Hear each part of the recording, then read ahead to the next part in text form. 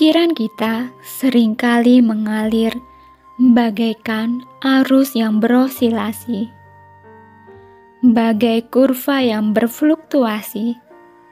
Pikiran kita mempersoalkan berbagai hal, mulai dari hal yang sepele hingga yang urgent, yang buruk hingga yang baik, dari A sampai Z, dari 0, 1, 2 sampai tak terhingga. Dalam jasmani yang kecil inilah bersemayam kekuatan luar biasa, yakni pikiran. Ialah yang telah membentuk wajah dunia, tempat tinggal kita.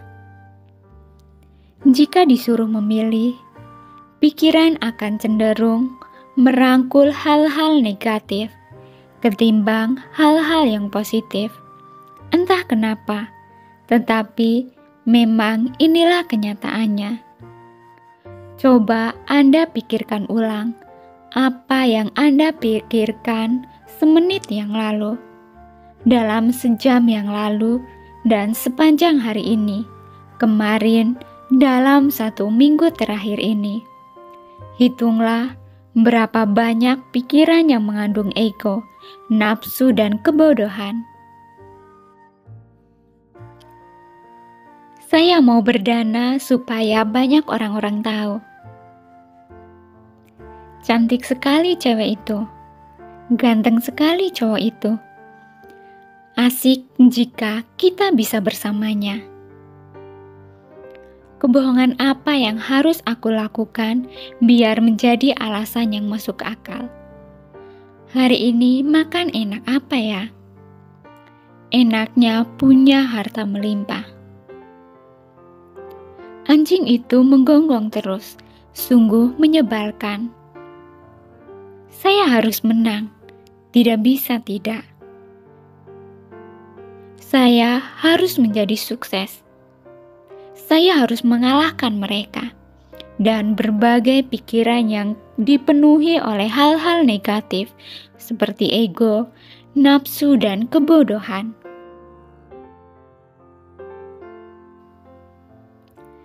Pikiran juga sering diisi hal negatif seperti kesedihan, kecemasan, dan penderitaan. Semuanya ini menggerus kemurnian hati kecil kita, menyiksa badan jasmani, menambah kerutan dan melenyapkan cahaya wajah kita. Alkisah, ada seorang nenek tua yang menyayangi kedua cucunya. Cucunya yang satu berjualan es krim, dan satunya lagi jualan mie rebus. Nenek ini tiap hari menatap langit dan bersedih memikirkan cucunya. Dikala hari panas terik, ia berpikir pastilah mie rebus cucunya tidak laku. Dan tentulah cucunya sedang duduk termenung sambil mengusir lalat. Dikala hujan dan dingin, ia memikirkan cucunya yang berjualan es krim. Pastilah sedang bersusah hati memikirkan dagangannya. Hari demi hari, batin nenek yang baik ini semakin tersiksa. Tubuhnya semakin kurus, keriputnya semakin bertambah, membuatnya terlihat lebih tua beberapa tahun. Suatu hari, ia ke wihara dan bertemu dengan seorang biku. Biku tersebut merasakan getaran kesusahan hati nenek ini. Dan kemudian, biku ini bertanya kepada nenek tersebut. Nenek ini menumpahkan segala keluh kesahnya. Sang biku tersenyum dan mengatakan kepada nenek itu, mengapa ketika hari panas, ia tidak memikirkan saja cucunya yang berjualan es krim, membayangkan wajah cucunya yang gembira ketika es krimnya laku. Ketika hari hujan, ia memikirkan cucunya yang satu lagi, yang bergembira ketika dagangannya dikerumuni pembeli. Apakah dengan menyiksa batin dan pikiran seperti itu, lalu dapat merubah keadaan?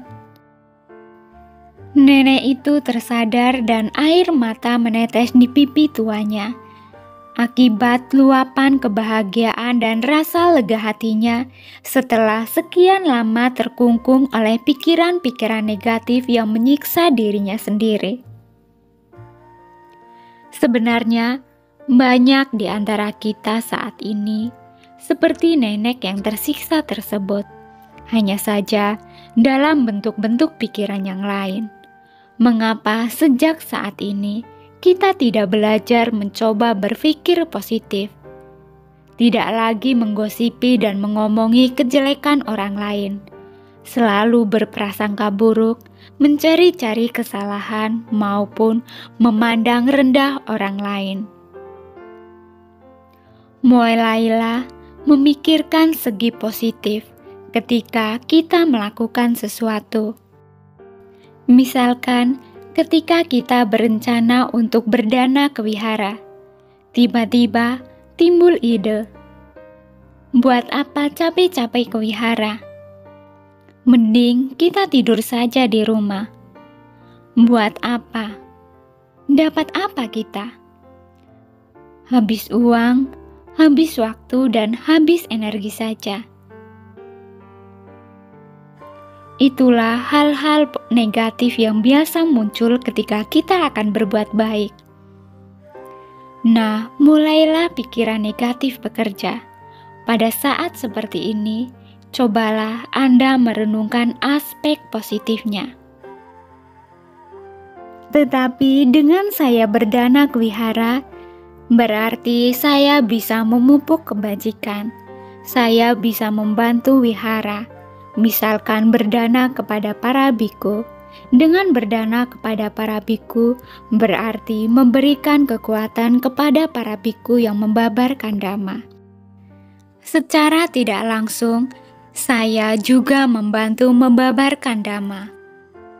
Bukankah dengan demikian, banyak orang yang belum mengerti dhamma akan mengerti dhamma, dan bagi orang yang sudah mengerti dhamma akan lebih paham lagi.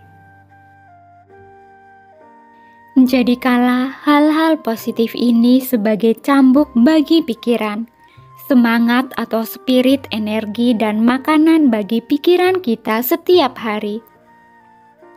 Jika pikiran negatif masih juga muncul, cobalah menempatkan diri Anda sebagai orang lain.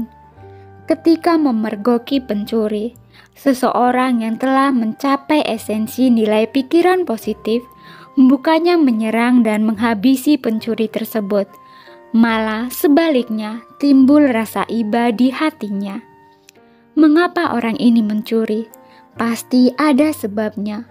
Mungkin ia ingin menghidupi keluarganya. Mungkin ia ingin barang tersebut untuk kesenangannya. Ia terjerat oleh kemelekatan.